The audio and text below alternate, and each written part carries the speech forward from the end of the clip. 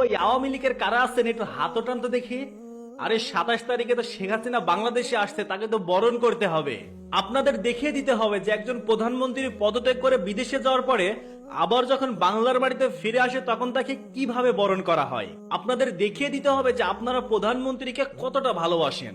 আপনাদের দেখিয়ে দিতে হবে যে আপনারা এখনো প্রধানমন্ত্রীকে ভুলে যাননি, তার পক্ষেই আছেন।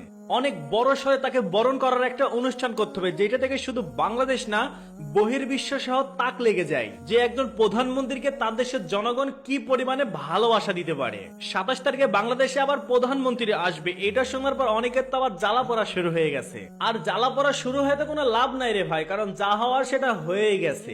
এখন 27 তারিখে দেখার পালা আওয়ামী লীগ সমর্থনরা তাদের নেত্রীকে কিভাবে গ্রহণ করে। আশা করছি খুব বড়ভাবে গ্রহণ করবে এবং খুব ভালোভাবে গ্রহণ করবে। যে ভালোটা দেখার জন্য সারা বাংলাদেশ অপেক্ষা করছে।